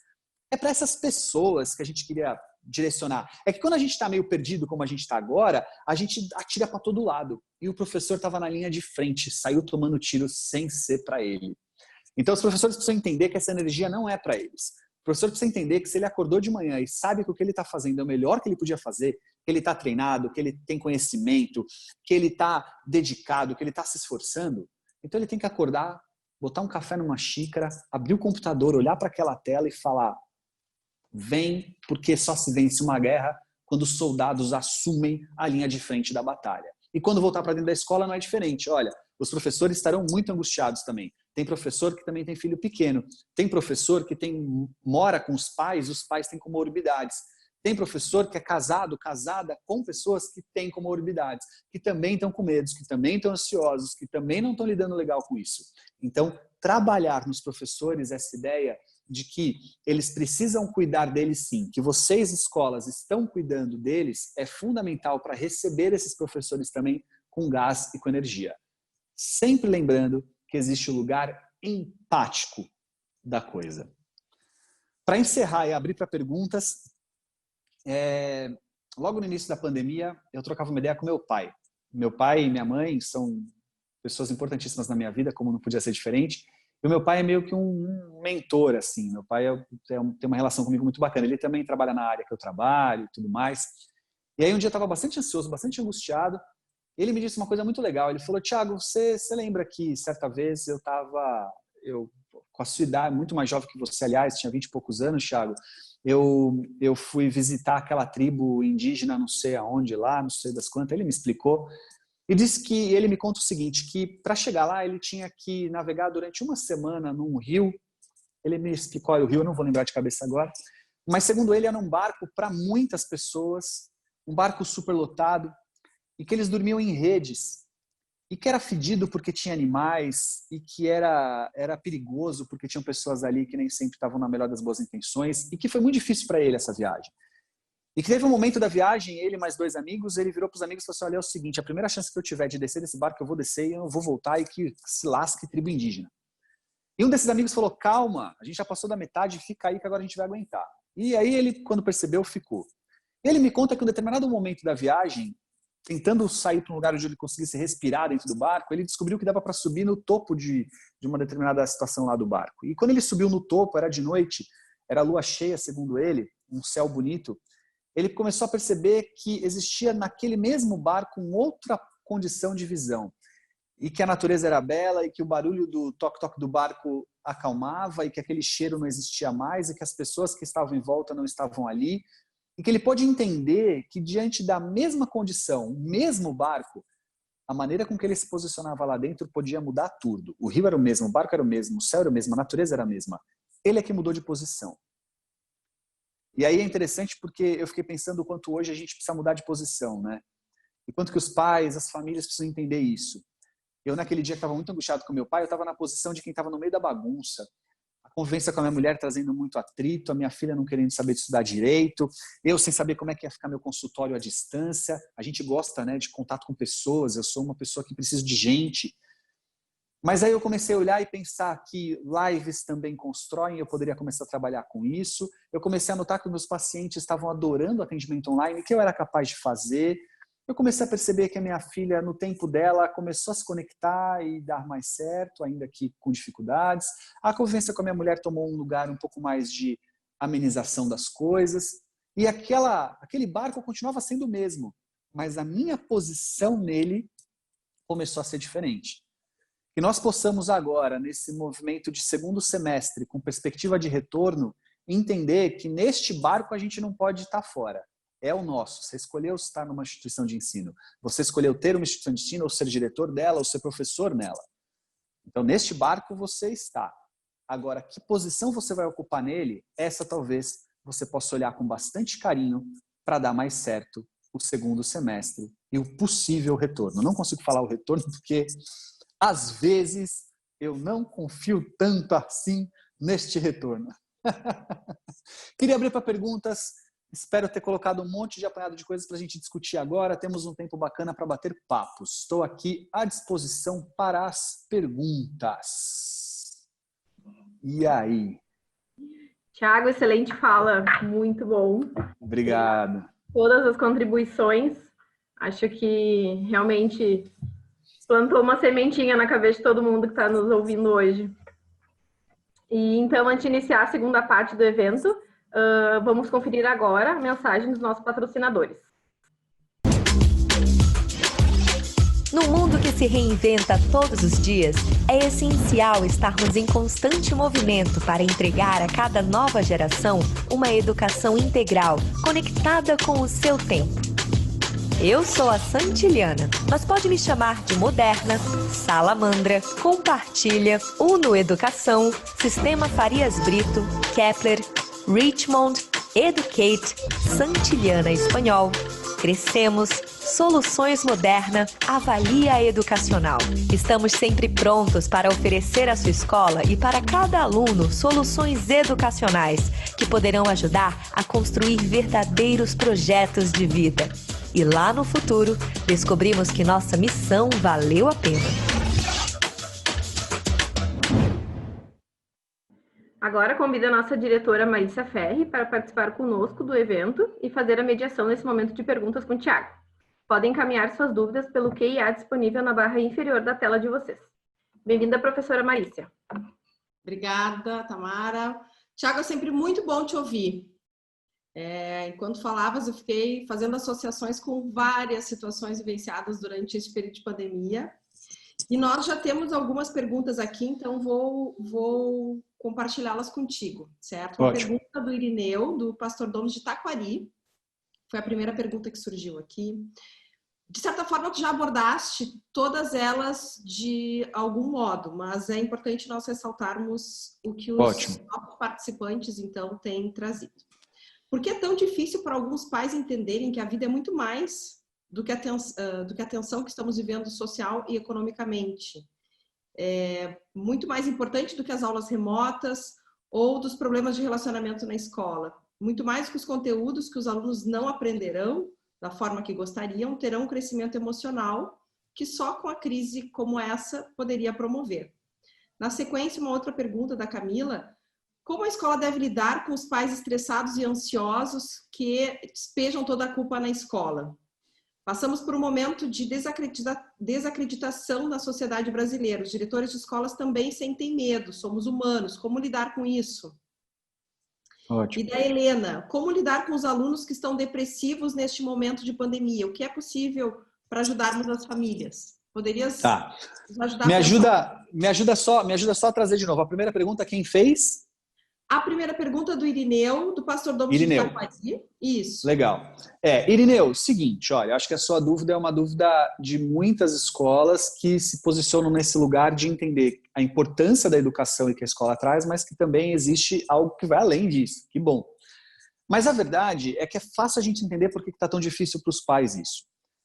Há uma construção sócio-histórica dos últimos 30 anos que foi canalizando a ideia de que para que um indivíduo pudesse ter sucesso na vida, ele precisaria ter uma formação, e esta formação envolve a melhor universidade do país, com os melhores recursos e assim por diante.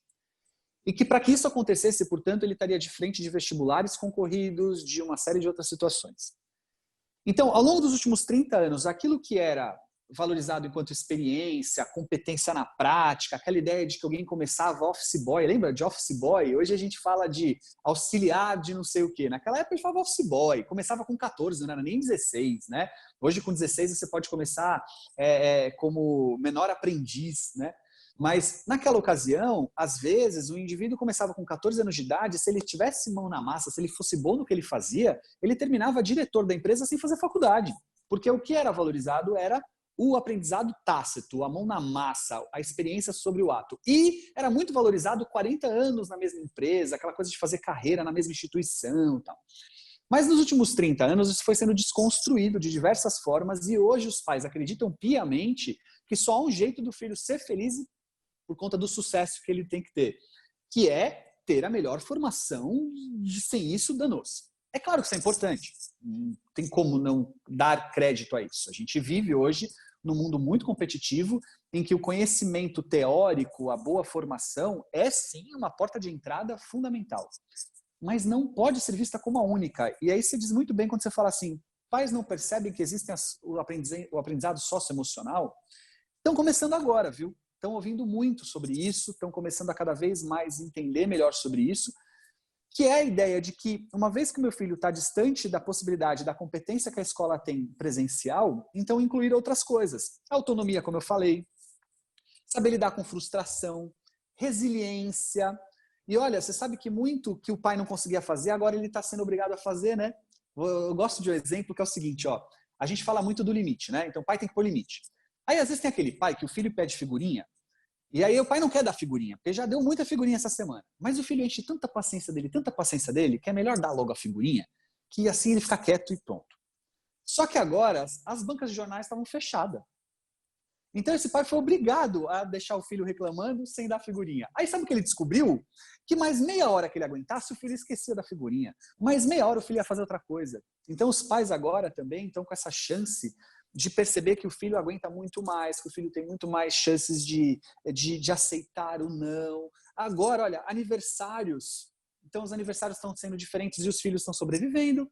As viagens estão sendo diferentes e os filhos estão sobrevivendo. E aí os pais estão percebendo que o filho é mais forte do que ele imaginava e que ele pode construir mais coisas do que ele imaginava. Então, por que está tão difícil? Acho que eu consegui trazer uma ideia aí para você. Aí a segunda pergunta era... A segunda pergunta é com relação aos diretores que também sentem medos, né? Tem várias perguntas aqui.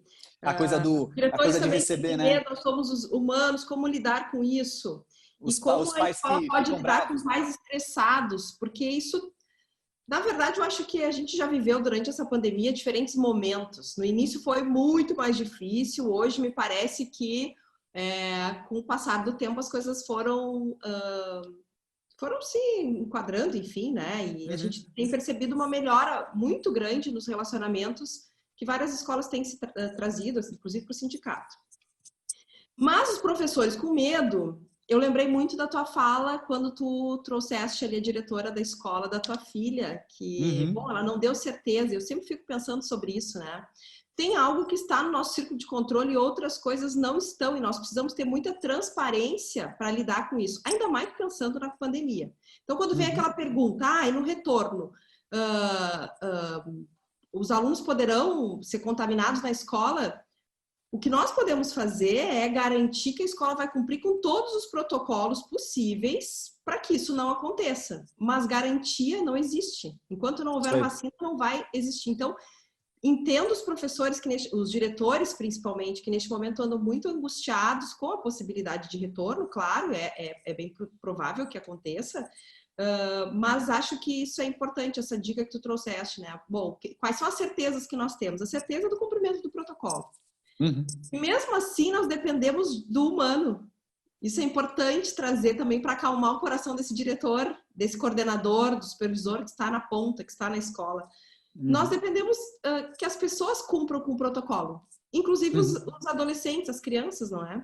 Isso é bem mais difícil da gente poder pensar neste cenário, assim, de, bom, e se acontecer de nós termos, então, estudantes ou professores, eu acho que é melhor até já pensar nessa possibilidade. Eu sempre digo, vai ter. Então já pensa que vai ter para depois não entrar em pânico. Lógico que vai ter. Vai ter. O que eu vou fazer se tiver? Vai aparecer um aluno ou um professor, o que nós vamos fazer? Então tem que ter esse plano já bem estruturado para diminuir essa ansiedade que os adultos têm. E os adultos, que eu digo, quem gerencia todo esse processo, que está muito angustiado, muito ansioso, assim como os professores estiveram lá no início da pandemia, em que tinham que trabalhar de forma remota e não sabiam muito bem como fazer, né? Então, esse é um dado importante. Aqui tem uma pessoa que pergunta como trabalhar com alunos, né? O que sugeres com relação aos alunos que estão depressivos neste momento? Então vamos lá, legal. Deixa eu voltar nessa questão do como trabalhar com os pais que às vezes vêm com essa energia toda para cima da escola, né?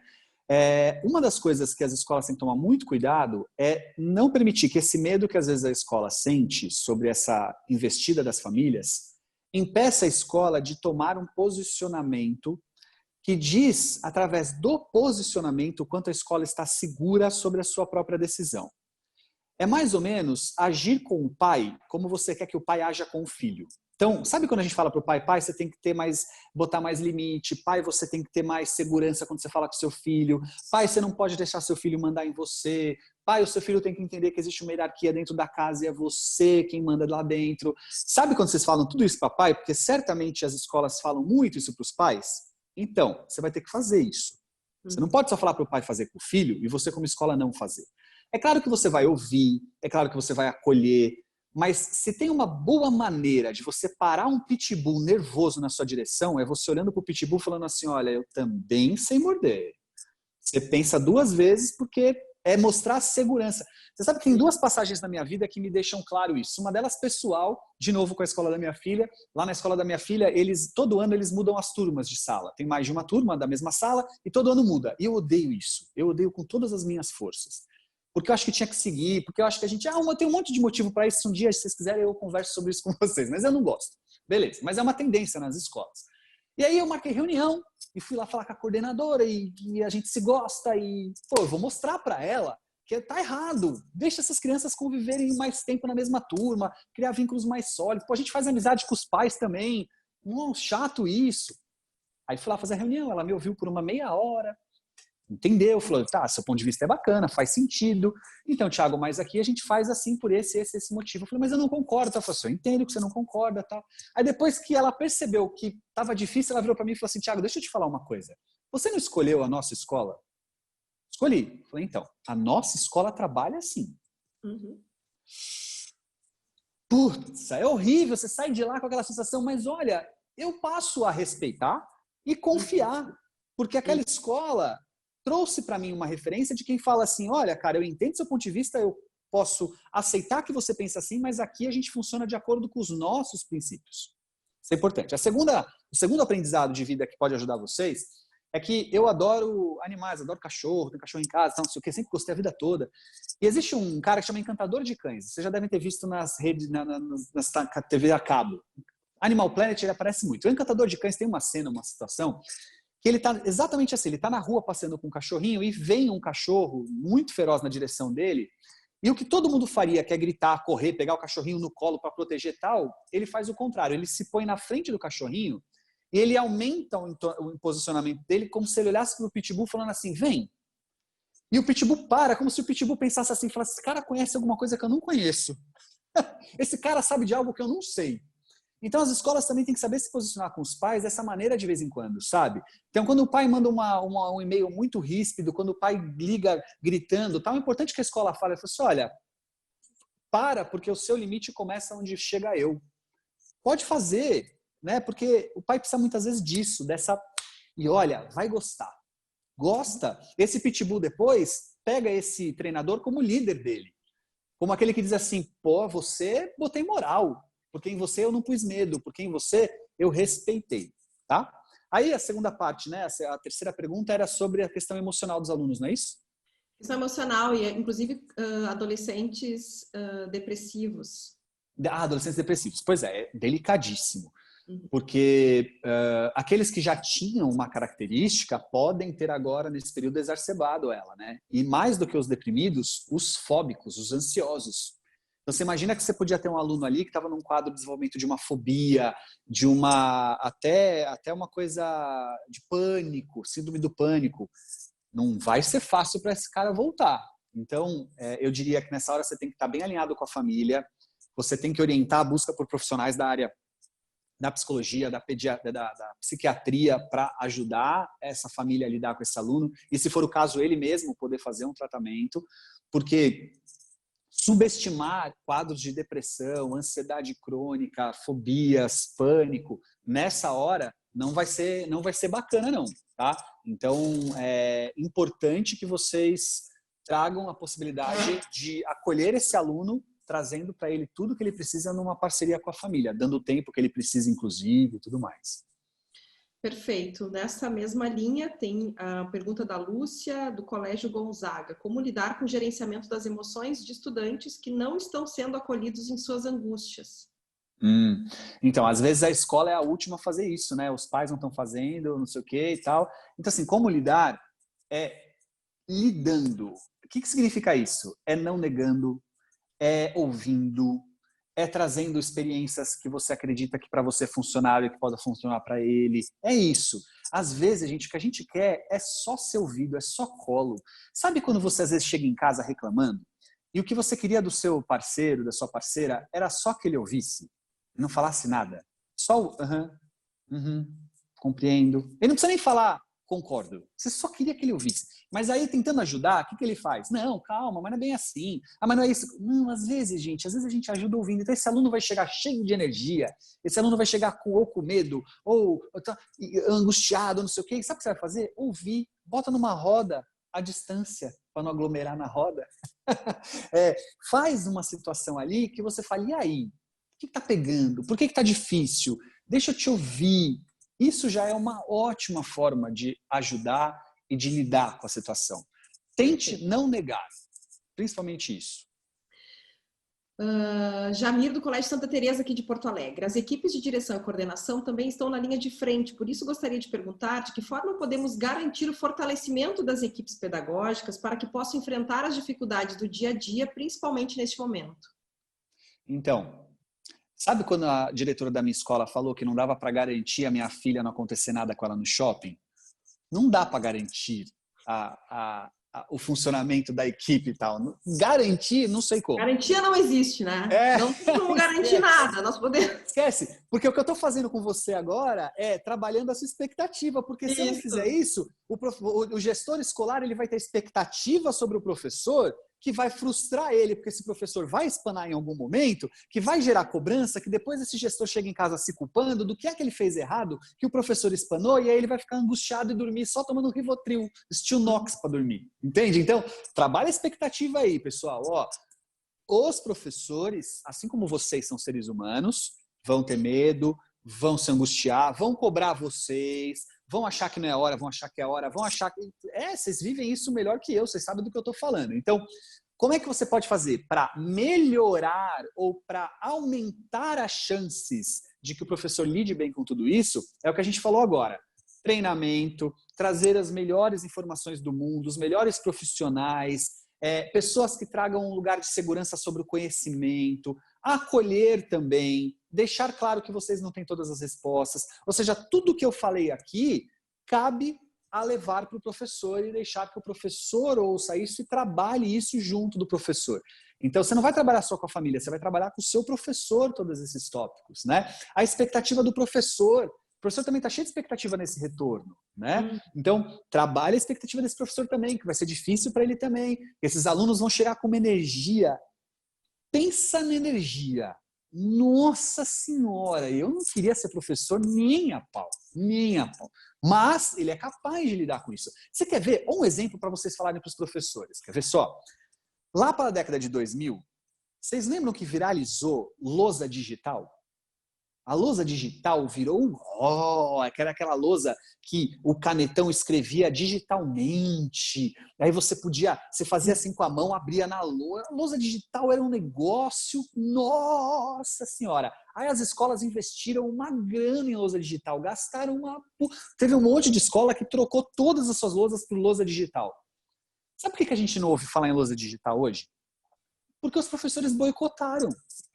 Os professores não fizeram treinamento, os professores reclamaram pra caramba, o professor gosta mesmo do giz, ele passou pro canetão, porque o canetão não suja ele, não dá rinite, mas a real é que se ele gosta mesmo é do giz, porque o canetão escorrega, o canetão... O professor boicotou, por bem ou por mal, ele não fez necessariamente por consciência, pode até ter feito, mas a verdade é que boicotou. E boicotou por quê? Porque não tenho tempo, porque que horas que eu vou fazer esse treinamento, porque tira a minha liberdade. Não funcionou. Lousa digital virou retroprojetor. Hoje a gente usa a lousa digital para projetar a imagem do retroprojetor. Foi isso que virou a lousa digital. Beleza. Agora, a gente provou o contrário para os professores. Em uma semana, os professores estavam sabendo lidar com plataforma digital como eles nunca lidaram. Eles aprenderam a ser youtubers, vloggers. Eles aprenderam a lidar com gravação, edição de vídeo. Eles aprenderam a lidar com upload, e entra aqui, sai ali, enviar material. Em uma semana. Hoje, depois de 4 meses, eles viraram especialistas nisso. Então, eu chamaria esses professores e falaria assim, vem cá, professores, vocês têm vergonha na cara que vocês passaram 20, 30 anos, às vezes, da carreira de vocês, falando que vocês não dão conta das mudanças, que tudo muda muito rápido, não é? Que muda muito rápido. O problema do professor é que ele não acompanha a mudança das gerações, que os alunos mudam mais rápido que os professores, e que o professor... Em uma semana, professor, uma semana você mudou e mudou para dar conta, mudou para resolver, com o filho em casa também, com, às vezes, professores que são um casal de professores, estava o professor e a professora que são casados, com o filho pequeno, e entrando online, gravando aula, se virando para adaptar a atividade. O coitado do professor de educação física da minha filha, ele deveria ganhar um troféu. O que ele já inventou na minha casa. Então, eu ia nesse caminho de chamar os professores e falar assim, eu já vou começar dizendo uma coisa. Vocês deixam de vergonha na cara, que vocês passaram 30 anos falando que não acompanham as mudanças com a velocidade que ela acontece, e em uma semana vocês resolveram a parada. Eu quero saber agora se vocês vão continuar dizendo que não conseguem dar conta. Dá conta, estamos aqui para isso. Se a gente não der conta, quem vai dar? Entende? Então, eu acho que trabalhar nesse caminho de trazer o real para o professor e intimar ele para aquilo que ele tem como competências, ajuda muito. Fora tudo que eu já falei aqui hoje, que cabe também. Perfeito, Thiago. Tem uma questão que tem aparecido nos eventos, inclusive, que nós já organizamos aqui no Cinep, porque nós perdemos o presencial, o professor perdeu esse presencial. Uma coisa é eu estar aqui, estou aqui na frente de uma tela, mas eu estou te enxergando. Conectados, neste momento nós temos 262 pessoas que estão nos vendo. Que falta que eu sinto disso. Mas o prof, neste momento, está dando aula e muitas vezes os adolescentes estão com as bolinhas aquelas da câmera, eles não querem mostrar o rosto, enfim, né? E aí surge uma pergunta aqui. Então, isso é mais uma coisa que nós precisamos trabalhar com eles, porque é muito difícil. Isso é diferente. Uma coisa é tu fazer uma palestra com auditório lotado. Outra coisa é fazer uma palestra onde tu só te enxergas, não enxergas as pessoas, não vê a reação, né? Isso faz toda a diferença para um processo de ensino e de aprendizagem. E uma pergunta da Elisete, do colégio de São Leopoldo, é como lidar com um aluno que interfere na aula online, colocando músicas depreciativas ou outras atitudes que interferem na aula. Então, isso é uma situação. Já vou emendar uma outra pergunta, que aí acontece às vezes com os pequenos, porque o pai está junto, correto? Pai não é professor. Eu acho que eles estão fazendo muito até. E fica aqui o nosso registro da importância deste pai que neste momento está mergulhado no processo de aprendizagem dos filhos. Muito bem. Você já me viu falando para pai, você sabe que eu falo muito isso, né? Pai, não vai competir é com a ótimo, escola. A tua fala é excelente, né? E por Não isso que vai nós competir. trouxemos hoje para conversar aqui com os gestores. Mas tem pais que também às vezes interferem, certo? O pai também perde a paciência e às vezes interfere. O que eu acho importante nós trazermos aqui? Quais são as dicas? Porque essa firmeza que tu trouxeste na fala anterior, para mim é fundamental para o professor, para o coordenador, orientador educacional, ter essa firmeza de mostrar a borda. Porque nós estamos hoje dentro das casas das pessoas, certo? O tempo não é nosso, o tempo é deles. O que eles estão fazendo junto com isso, o próprio professor, ou enquanto entre uma aula e outra, no intervalo, vai lá, dá uma madeira para o filho, organiza a casa. É assim que as coisas estão funcionando neste momento, né? Mas é importante essa firmeza de nós delimitarmos esse espaço que hoje está tão misturado. Então, às vezes, o pai entra e se mete na aula online que está acontecendo do professor. O que tu sugeres com relação a isso? E também com relação a estudantes que, porventura, tenham esse tipo de atitude, como trouxe a Elisete, né? De músicas depreciativas durante a aula. Legal, olha. A primeira coisa é lembrar que, às vezes, a gente esquece que isso acontece no presencial. Quantas vezes você chama um pai numa escola para uma reunião, porque o filho dele, que naquela situação é o aluno, não permite o bom andamento e a dinâmica da aula passando dos limites, através de brincadeiras, de muita conversa, de inadequações. Então, e que às vezes esse pai valida esse filho, quantas vezes esse pai não fala, né, não tenta negociar com a escola uma sanção que a escola teve de punição porque acha que o filho estava certo. Então, a verdade é que isso que vocês estão colocando agora acontece no presencial. Só mudou o exemplo. E provavelmente são os mesmos alunos. Tem uma chance enorme do mesmo aluno que estava a trabalho na sala de aula. Então, o aluno que dormia na sala de aula é o aluno que agora não liga a câmera para poder ficar dormindo. O aluno que causava na sala de aula conversando muito, tocando uma bagunça lá, é o aluno que agora entra colocando música inadequada na live. Então, lembre-se que isso já acontecia. Segunda coisa, ao lembrar disso, lembre-se que nem sempre tinha solução. Você tentava até morrer, mas morria tentando. Então, você fazia reunião todo mês, você chamava o aluno, você dava advertência, você dava trabalho escolar, você chamava a família, você recomendava psicólogo, você fazia o diabo, mas continuava com o problema. Às vezes até levando ao extremo máximo de negar a matrícula daquele aluno na instituição. Às vezes acontece. Então, também lembrar que às vezes a gente tenta até morrer, mas morre tentando. Isso é importante. Um terceiro tópico, e aí sim para fechar, que você deve sim se posicionar com essa família fazendo o que você faria se fosse presencial. Marca uma reunião online, compromete com a ideia, fala com esse aluno em off, bloqueia ele naquela aula, porque na sala de aula às vezes a gente pede para o aluno sair e tomar uma água, não é?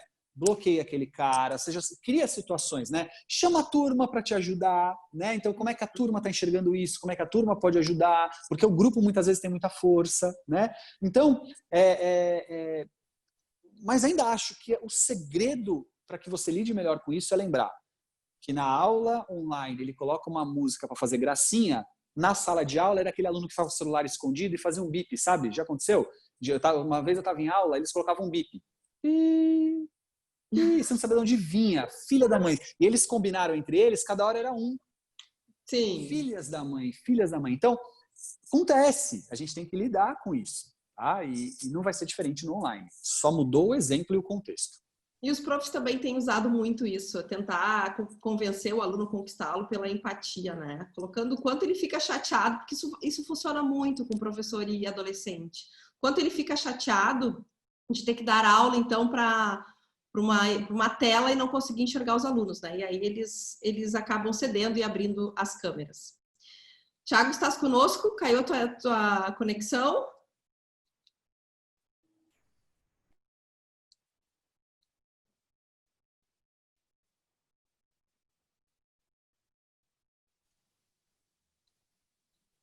Oi? Voltei? Voltou? Última pergunta, Tiago. Isso tem acontecido direto e estamos já preparados, né? Vamos lá. A última pergunta, Tiago. Então, como lidar com a adaptação? É uma pergunta da Andrea. Como lidar com a adaptação e emoções das crianças pequenas que estão muito vinculadas aos pais? Imagino que ela esteja já pensando na possibilidade de retorno. Isso tem nos preocupado muito. Por quê? Porque o retorno não é o retorno de março ou de fevereiro, onde não existia essa pressão e esse risco de contaminação tão forte. Por isso, o receio maior com relação aos pequenos, porque os pequenos estão em casa, estão acostumados com os pais de novo, acho que nunca ficaram tanto tempo, nem nas férias, né? Porque nas férias eles ficam 1 mês, 2 meses e quando começam as aulas, os pais nos entregam, enfim, e tá tudo bem. E mesmo assim tem um processo de adaptação muito forte. Sim. Agora, passados praticamente um semestre, quando voltarmos com as aulas presenciais, e aqui traz essa preocupação, né? Como vão fazer a adaptação, como nós podemos fazer a adaptação dessas crianças, que na verdade vai ser uma adaptação muito diferente. Então, a professora de máscara, a professora com face shield, sei lá, com uma série de aparatos. Então já não é aquela professora, né? Porque eles querem a professora que tu estás vendo, que tu deixaste lá em março. Então é a prof, mas ela está diferente. Então são preocupações muito importantes. Mas eu acho que eu trago boas notícias. Lembra que eu disse que as crianças e adolescentes são altamente adaptativos? Todos nós somos, eles ainda mais. Então, o que eu acredito? Tá? Eu não vivi essa experiência ainda para poder saber se ela está certa ou não, a gente vai descobrir na prática. Mas o que eu acredito por experiência de outras situações? Num primeiro momento, vai gerar curiosidade. Quanto mais novinha a criança, mais curiosa ela vai ficar. Ué, por quê? Professora, isso aqui, sua máscara, a máscara dele. Vai gerar curiosidade. A curiosidade vai dar lugar para um certo tédio, assim, tipo, eu queria que fosse do outro jeito. Eu queria poder brincar no parquinho daquele jeito, eu queria poder abraçar a professora daquele jeito, ou seja, uma certa frustração. A frustração vai dar lugar para acomodação. Vai passar a ser normal professora de face shield, vai passar a ser normal não brincar naquele parquinho.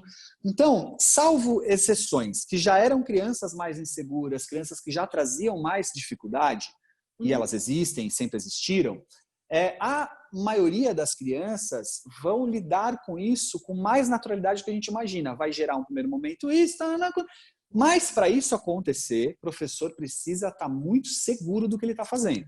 Perfeito. Nem que ele vá no banheiro, põe a toalha no boca e grita e sai do banheiro. Sacou? Sim. Ele precisa olhar para o aluno com aquela... Por que eu estou de face shield? Porque agora é assim. A segurança, professora, mas adulto. Isso aí. Entendeu? Então, o adulto tem que trazer esse lugar de segurança. O pai, eu digo isso para os pais, eu falo assim, olha, pai, não mande o filho para a escola se você estiver olhando para ele com aquela cara de quem está mandando para o fronte de guerra e que ele vai morrer e não vai voltar. Não manda. Então, assume a responsabilidade e deixa ele em casa. Porque se é para mandar, manda olhando para ele com a segurança de quem garante que vai dar tudo certo. O filho precisa disso. Eu dou o exemplo da piscina. Sabe quando o filho está aprendendo a pular na piscina? Se o pai olha para o filho e fala assim, pula que eu te seguro. E aí, a hora que o filho olha para o pai está assim, será mesmo? Ai, meu Deus, eu não sei nadar direito, essa piscina é funda. E se ele escorregar? O filho não vai pular nunca. O filho precisa olhar para o pai e falar assim, o papai me segura, mamãe me segura. Então é a mesma coisa agora. Você até pode estar inseguro, com medo, mas se for mandar seu filho, olha para ele com aquela cara de que vai, filhão. Não, você está de máscara e tal. Aí, por exemplo, o meu colega pegou. Disseram que o pai do meu colega está internado. Ui, né? Sim. Oi, estão me vendo? Oi, Thiago. Estão me vendo? Ainda não, mas estão me vendo? Aí, agora oi. Sim. Voltou. Então, agora foi um problema de ligação aqui, foi meu problema aqui.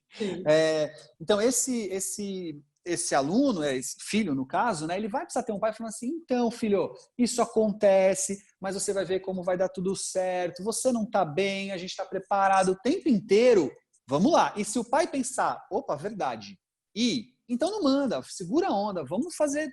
Eu prefiro assumir essa responsabilidade. Tá? Tem um monte de consequências? Tem, mas assuma você, pai, você adulto. E o professor a mesma coisa. Tá lá dando aula? Os alunos foram convidados a retornar? Retornaram? Então olhe para eles com aquela cara de que é isso aí, nós vamos enfrentar e vai dar tudo certo, tá tudo legal. Aí vai ficando mais velho, cada um vai lidando de um jeito. Tá? O adolescente, por exemplo, ele vai sofrer menos o impacto, né, dessas mudanças todas, porque ele já sabe como é que vai ser, e vai lidar com isso também. Então, honestamente, eu não acho que o maior problema vai ser esse. Eu acho que o maior problema é a angústia sobre as incertezas que a gente conversou aqui, e quando casos começarem a circular, porque vão, e como vocês, escola e família, vão lidar com isso. Eu não queria estar na pele de vocês. Graças a Deus, eu sou psicólogo, não sou Mas nós vamos gestor. nos preparar buscando as certezas. Nós vamos seguir a tua dica. Né? E também ser muito transparentes, dizendo que não existe uma fórmula mágica de solução desse problema. Enquanto não tivermos a vacina, correremos riscos, sim. Então, acho que isso é importante, essa transparência, mas também com a segurança de que tudo que foi orientado pelos órgãos referentes à saúde, a escola fez. Então, daí vem a nossa segurança, né, para poder passar, enquanto gestores, passarmos também segurança para todos os nossos professores, os nossos colaboradores, enfim. Tiago, é sempre muito bom te ouvir. Obrigada mais uma vez. Na próxima Olha, se eu não respondi todas as perguntas, Marícia, porque eu tinha explicado para vocês que eu entro numa live agora, tem uma escola me esperando. Mas se eu não conseguir responder tudo e quiserem me mandar, deixa no chat alguma coisa aí, mas o Instagram, por exemplo, é um jeito legal de me contactar e fazer as perguntas que tem para fazer. Então, @Thiago sem H Tamborini. Thiago é sem H Tamborini. É como está escrito aí na minha assinatura, tá? Thiago Tamborini sem H, você me manda as perguntas, com o tempo eu vou te respondendo, você que está aí me ouvindo agora. Obrigado pelo convite, obrigado a todos. Muito obrigada, obrigada mais uma vez, tá? E o teu Instagram, quem quiser seguir, vai achar muitos vídeos importantes que podem ser compartilhados com as famílias também. Legal, legal. Um desafio para mim também, eu não sabia fazer muito não. Mas está excelente. Estou aprendendo, que bom. Obrigada mais uma vez. Tamara, devolvo para ti. Obrigada.